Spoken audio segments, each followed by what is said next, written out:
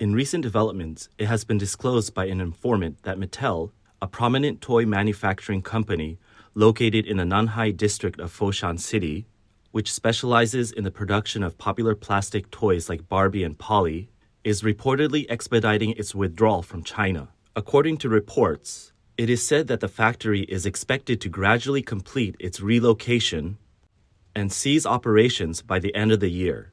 Mattel is a multinational toy manufacturing corporation headquartered in California. Mattel operates a total of 7 subsidiaries in China, including 6 factories and 1 research and development center, strategically located in various regions such as Shenzhen, Dongguan, Foshan, and Yunnan. However, foreign media outlets have pointed out that this is not the first toy factory preparing to exit China. According to Reuters, as early as 6 years ago, the renowned American entertainment company Hasbro sought subcontracting collaboration with the Indian durable goods and aerospace supplier Aegis. At that time, Aegis's executive, Rohit Hedge, explained that Hasbro aimed to enter the toy manufacturing sector and intended to shift millions of dollars worth of products away from China. It is worth noting that over half of the toys in the global market originate from China. According to import data provided by the S&P Global Market Intelligence to Reuters, as of the first 7 months of 2023, a substantial 79% of toys exported to the United States and Europe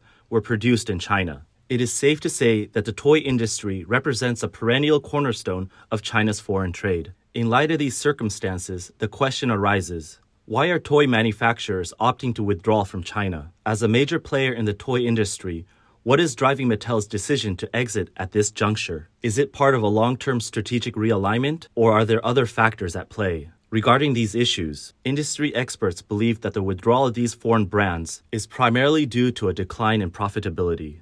In recent years, rising costs of toy and raw materials and logistics, coupled with the increasing labor costs in China, have collectively contributed to a noticeable increase in production and operating costs for some foreign companies. Consequently, this has led to a reduction in their profits in the Chinese market. Taking Mattel as an example, data from the company's third quarter performance in 2023 reveals that their net revenue amounted to $1.9 billion, marking a 9% growth compared to the same period in the previous year. However, their net profit stood at only $146 million, reflecting a year-on-year decline of 50%. Furthermore, the declining birth rate in recent years has further exacerbated the challenges in the toy market's development and profitability. According to a report published by the National Health Commission of the People's Republic of China, in 2023, the number of newborns in China stood at 9 million, lower than the 9.6 million recorded in 2022. This marks the 7th consecutive year of declining birth rates in the country. As a result, in terms of sales productivity, while dolls and automobile toys witnessed respective growths of 27% and 18%, products catering to infants, preschool children, as well as action figures,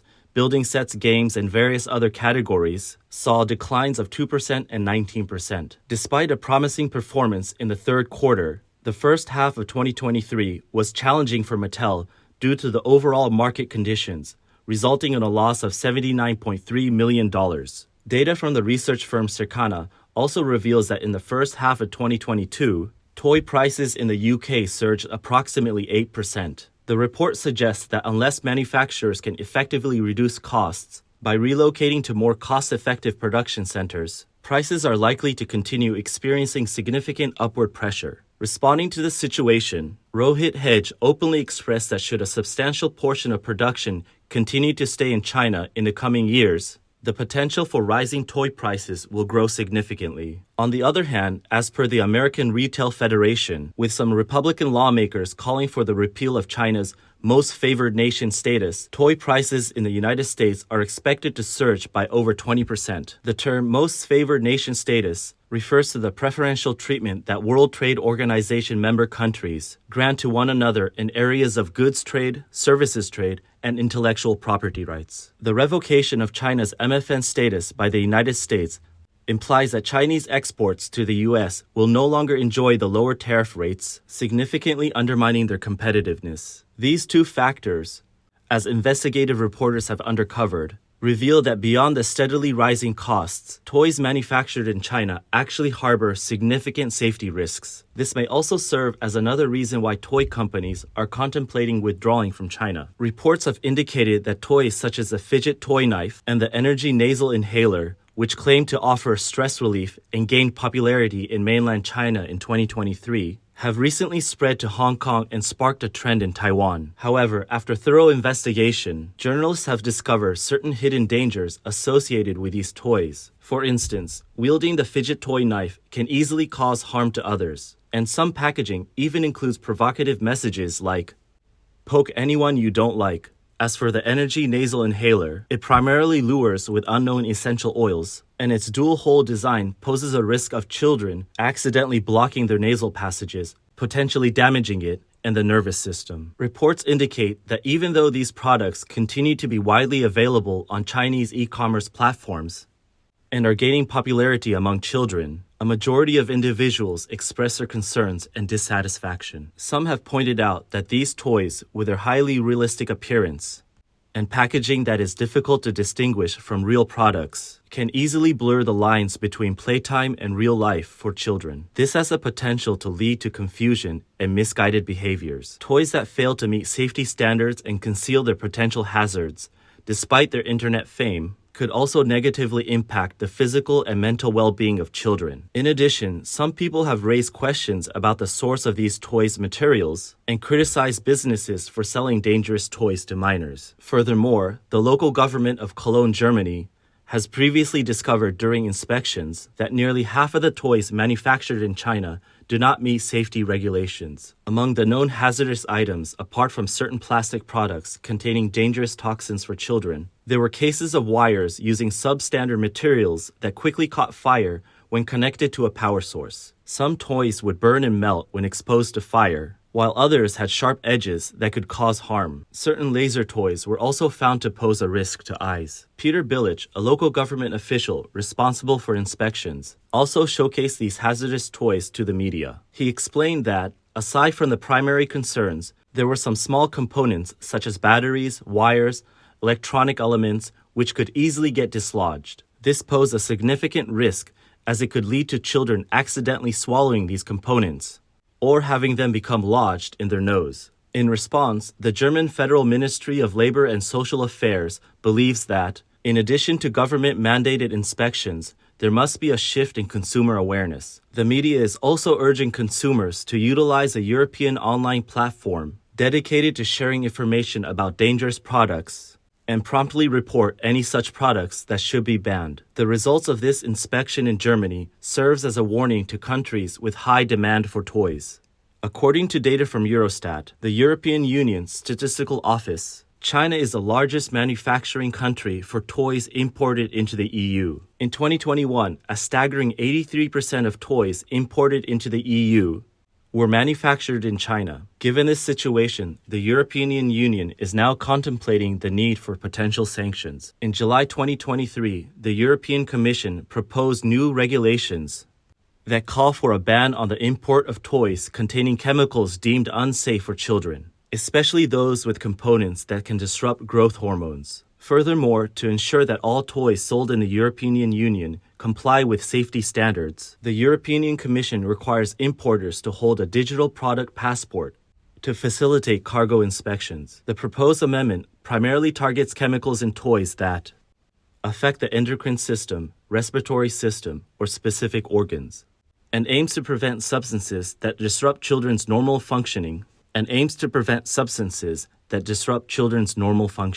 substances that may affect growth, thyroid function, and puberty, which could potentially lead to conditions like diabetes or obesity. Hence, in a statement, the European Commission strongly underscores that there are still many unsafe toys being sold within the European Union, particularly imported toys available on the internet, indicating that there is much work to be done. The EU has also established a webpage warning the public about potentially dangerous imported products, and as a matter of fact, the majority of these products are of Chinese origin.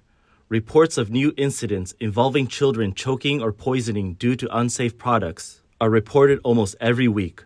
The European Consumer Organization has expressed a very positive reception to the new regulation. The consumer organization also noted that if this proposed amendment becomes law within the European Union, it would mark a significant global milestone by being the first to prohibit all manufacturers from using chemicals known or suspected to disrupt hormones. Alarmingly, more than 13 years ago, the General Administration of Quality Supervision, Inspection and Quarantine of the People's Republic of China had already identified concerning issues with toys. In a random sampling of 242 toys from 8 provinces and metropolitan areas in China, 20 of them failed to meet the established standards. Among these, 3 toys were found to contain harmful heavy metals like lead and chromium. Some toys had sharp edges and potentially dangerous protrusions. Additionally, the inspection authority extended its evaluation to other products, including children's shoes, bicycles, and baby walkers, and discovered that roughly 20% of each product category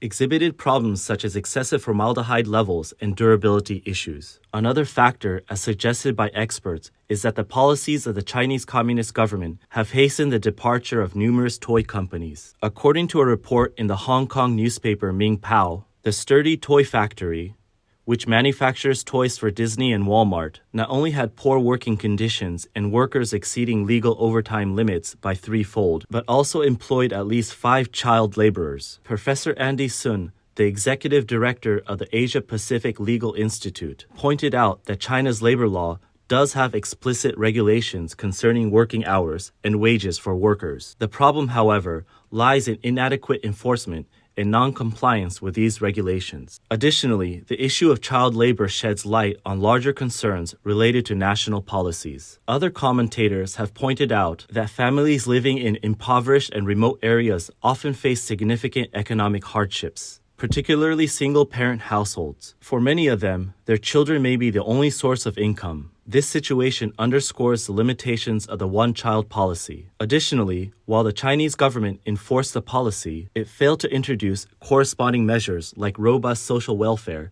and social security policies. In comparison to Western societies, this can be considered a crime of the CCP. While the issue of child labor may not be a significant concern in China, it is strictly prohibited internationally. Consequently, many individuals are apprehensive about the safety of toys manufactured in China and criticize Chinese factories for employing child labor.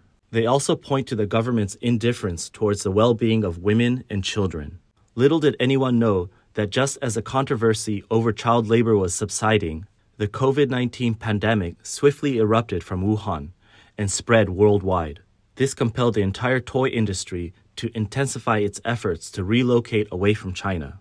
During that time, Chinese ports faced difficulties in exporting goods, with intermittent closures causing cargo to become stranded in China, resulting in delayed overseas shipments. Toy manufacturers like Hasbro and Mattel, whose production relied heavily on China, were among those who faced risks during the COVID-19 outbreak. Since the end of May 2021, when confirmed cases emerged at Yantian Port and Shenzhen City, authorities ordered partial closures, leading to a significant backlog of containers and congestion at the docks. It took nearly a month for operations to fully resume. Tens of thousands of containers filled with toys set for the United States were trapped locally as a result. According to media reports from the US, the outbreak at Yantian Port has been particularly troublesome for toy manufacturers. This is because toys exported from China during the summer are meant to arrive in the United States in time for the peak Christmas season. Because of the closures, some toy companies had to pay an additional $24,000 to expedite the release of their goods from Yantian Port. The toy manufacturer explained that this is due to the highly seasonal nature of toys, which require production and stocking well in advance, often 6 months or more before they hit the shelves, followed by the time needed for global distribution. Additionally, toy manufacturers must adhere to stricter standards in terms of safety, sourcing, and ensuring fair treatment of workers. At the same time, the global supply chain disruptions caused by COVID have prompted overseas toy companies to place greater emphasis on diversifying their supply chain layouts and decreasing their dependence on manufacturing in China. Data shows that Hasbro has consistently reduced the number of third-party factories in China from 48 in 2018 to 43 in 2019, and then to 35 in 2020. For these toy companies, the move away from China appears to be a well-known established reality. The question now is, where will they shift their production chains to? There are reports suggesting given the ongoing high tension in U.S.-China relations, the U.S.-China trade war could have a negative impact on American toy manufacturers. Therefore, some major corporations may opt to relocate parts of their operations from China to Southeast Asia and neighboring regions. In 2021, Mattel celebrated the 30th anniversary of its subsidiary, PT Mattel Indonesia. During this celebration, they announced the expansion of their Indonesian factory and the establishment of a new mold center in Indonesia. This expansion significantly increased Mattel's production capacity for Barbie dolls and Hot Wheels. According to statistics, Barbie doll production is expected to increase from the previous 1.6 million per week to at least 3 million per week. This expansion created approximately 2,500 new jobs and increased employment to nearly one-third of Indonesia's national toy production workforce. Meanwhile, Hasbro also has plans to reduce the quantity of toy products manufactured in China to 60% by 2020. They intend to shift some of their production to the United States, Mexico, Vietnam, and India. Nick Aldridge, the managing director of the UK branch of Bandai, the company behind the digital pet Tamagotchi, has revealed that while Bandai maintains its primary production operations in mainland China, it also produces some of its products in Taiwan, Japan, and Vietnam. Moreover, regarding the substantial increase in raw material costs in China, Bandai is actively seeking more cost-effective production locations, possibly in other countries like India and Thailand. This indicates a noticeable trend among foreign toy brands shifting their attention to Southeast Asian markets, where birth rates are higher and production costs are lower. At the same time, reports have pointed out that there is indeed significant potential for the development of the toy market in Southeast Asian countries. According to the Southeast Asia Toy and Game Market Report by Bridge C Capital, taking the Indonesian market as an example, the population structure indicates that children below 14 constitute 26.1% of the total population, exceeding 70 million people. Additionally, on average, each Indonesian household raises 2 children. These demographics are favorable indicators for the expansion of both the toy market and the infant and toddler toy market. Furthermore, in order to facilitate a more effective withdrawal and relocation from China, manufacturers from various sectors are now actively striving to diversify their production locations. According to a report by the American economic research firm Rhodium Group, in September 2023, there was a staggering 400% increase in the total investments announced in India's greenfield projects by the United States and Europe between 2021 and 2022, reaching $65 billion. Meanwhile, investments in China plummeted from its peak of $120 billion to less than $20 billion in 2022.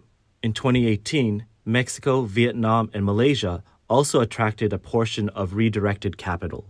In response to this, Isaac Larian, the CEO of toy and entertainment company MGA, expressed his belief that as other countries recognize the need to relocate business from China and invest in their own domestic markets, the infrastructure in these countries will continue to improve.